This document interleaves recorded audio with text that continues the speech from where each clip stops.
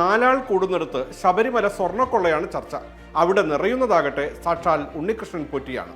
പോറ്റി വെറും പൊറ്റിയല്ല, ഒരു ഒന്നൊന്നര പൊറ്റിയാണെന്ന് അന്വേഷണ സംഘത്തിന് മാത്രമല്ല മലയാളികൾക്കാകെ ബോധ്യമായി. ഇനി അറിയേണ്ടത് പോറ്റിയുടെ വരവാണ്. 2019 ജൂൺ 17 ഉണ്ണികൃഷ്ണൻ പോറ്റിയുടെ രംഗപ്രവേശം. ശബരിമലയിലെ ദ്വാരപാലക ശില്പങ്ങളും തെക്കും വടക്കും മൂലകളിൽ പൊതിഞ്ഞിട്ടുള്ള ചെമ്പ് തകിടുകളും സ്വന്തം ചെലവിൽ സ്വർണം പൂശി നൽകാൻ തയ്യാറാണെന്ന് കാണിച്ച് പോറ്റി ശബരിമല ദേവസ്വം എക്സിക്യൂട്ടീവ് ഓഫീസർക്ക് കത്ത് നൽകി. തട്ടിപ്പിന്റെ തുടക്കം ഇവിടെയാണ്.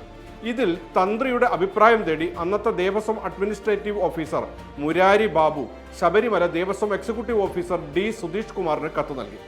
ദ്വാരപാലകരിലും തെക്കും വടക്കും മൂലകളിൽ പൊതിഞ്ഞിട്ടുള്ള ചെമ്പ് തകിടുകളിലും പൂശിയിട്ടുള്ള സ്വർണം മാഞ്ഞ് ചെമ്പ് തെളിഞ്ഞതിനാൽ പുതിയതായി സ്വർണം പൂശി വൃത്തിയായി വെക്കുന്നതിന് അനുവദിക്കാമെന്നായിരുന്നു തന്ത്രിയുടെ കുറിപ്പ്. എന്നാൽ ഇതിലെ സ്വർണം കുറഞ്ഞ് ചെമ്പ് തെളിഞ്ഞെന്ന പരാമർശം മറച്ചുവെച്ച ഇയാൾ ചെമ്പ് പാളികൾ എന്നു മാത്രമാണ് റിപ്പോർട്ടിൽ എഴുതിയത്. തുടർന്ന് സ്വർണം പൂശാൻ പോറ്റിക്ക് അനുവാദം നൽകാമെന്ന് കാണിച്ച് അന്നത്തെ Sabarimala executive officer D Sudheesh Kumar 2019 June 18 Thiruvithamkoor Devaswom board കമ്മീഷണർക്ക് കത്ത് നൽകി. ഈ കത്തിലും സ്വർണ്ണപ്പാളികൾ ചെമ്പ് തകിടുകളായി. ജൂലൈ 19, 20 ദിവസങ്ങളായി പാളികളും ചെമ്പ് തകിടുകളും ഇളക്കിയെടുത്തു. ഈ മഹസറിലും സ്വർണ്ണപ്പാളികൾ എന്നതിന് പകരം ചെമ്പെന്നാണ് രേഖപ്പെടുത്തിയത്. മഹസറിൽ ഉണ്ണികൃഷ്ണൻ പോറ്റിക്കാണ് നൽകുന്നതെന്ന് പറഞ്ഞെങ്കിലും ഏറ്റുവാങ്ങിയത് പോറ്റിയുടെ സുഹൃത്തുക്കളായിരുന്ന അനന്തസുബ്രഹ്മണ്യൻ, കർണാടക സ്വദേശി ആർ രമേശ് എന്നിവരായിരുന്നു. സ്വർണം പൂശിയ ദ്വാരപാലക ശില്പങ്ങളിലെ 12 പാളികളുടെ തൂക്കം 25.20 കിലോയും തെക്കും വടക്കും പൊതിഞ്ഞ 2 തകിടുകളുടെ തൂക്കം 17.40 കിലോ എന്നിങ്ങനെ മൊത്തം ഇവയുടെ ഭാരം 42.8 കിലോ എന്നാണ് രേഖകൾ. ഇത് നേരെ ബംഗളൂരിലേക്കാണ് കൊണ്ടുപോയത്. തുടർന്ന് ഹൈദരാബാദിൽ ചെമ്പ്, സ്വർണം എന്നിവ അറ്റകുറ്റപ്പണികൾ നടത്തുന്ന നാഗേഷ് എന്നയാളുടെ സ്ഥാപനത്തിലെത്തിച്ചു. ഇവിടെ നിന്ന് സ്വർണം പൂശി നൽകുന്ന ചെന്നൈയിലെ സ്കാർട്ട് ക്രിയേഷനിൽ എത്തിക്കുന്നത് 39 ദിവസം കഴിഞ്ഞാണ്. പക്ഷേ പാളികൾ തൂക്കി നോക്കിയപ്പോൾ 38.25 കിലോ മാത്രമായിരുന്നു തൂക്കം.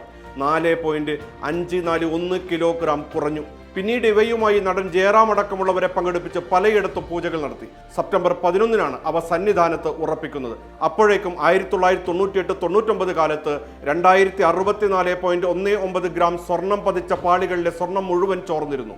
പുതുതായി സ്ഥാപിച്ച പാളികളിൽ 394.900 ഗ്രാം സ്വർണം മാത്രമാണ് ഉള്ളതെന്ന് വിജിലൻസ് കണ്ടെത്തിയിരിക്കുകയാണ്. മുൻ ദേവസ്വം കമ്മീഷണറും ദേവസ്വം പ്രസിഡന്റുമായിരുന്ന എൻ വാസുവിനെല്ലാം അറിയാമായിരുന്നുവെന്ന് രേഖകളിലുണ്ട്.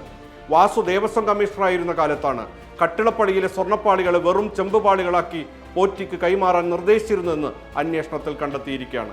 ശബരിമലയിലെ സ്വർണ്ണക്കൊള്ളയിൽ ദേവസ്വം വിജിലൻസ് ഹൈക്കോടതി സമർപ്പിച്ച റിപ്പോർട്ടിന്റെ അടിസ്ഥാനത്തിൽ ഉദ്യോഗസ്ഥർക്കൊപ്പം 2019 ദേവസ്വം ബോർഡിനെ കൂടി പ്രതി ചേർത്താണ് ക്രൈംബ്രാഞ്ച് കേസെടുത്തിരിക്കുന്നത്.